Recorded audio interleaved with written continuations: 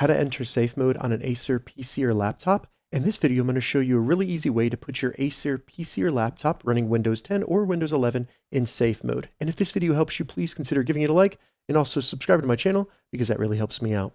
So it's really easy to do this. All we need to do is simply go to where we can restart the laptop, and this can be on the lock screen if you're not logged into the laptop. So I'm going to select the Windows Start button, then I'm going to select the Power button, and before I actually select Restart, I'm going to hold down the Shift button on the keyboard. So now that I have the Shift button held down, I can go ahead and select Restart, continue to hold the Shift button until you see the screen turn blue. Might take it 15-20 seconds. It's going to reboot the laptop and will be in recovery mode when it reboots. All right, so once the screen turns blue, you can let go of the Shift key. And now all we need to do here is select Troubleshoot, then Advanced Options, and from there, select Startup Settings. You'll see Enable Safe Mode, so go ahead and select Restart. It's going to reboot your laptop one more time.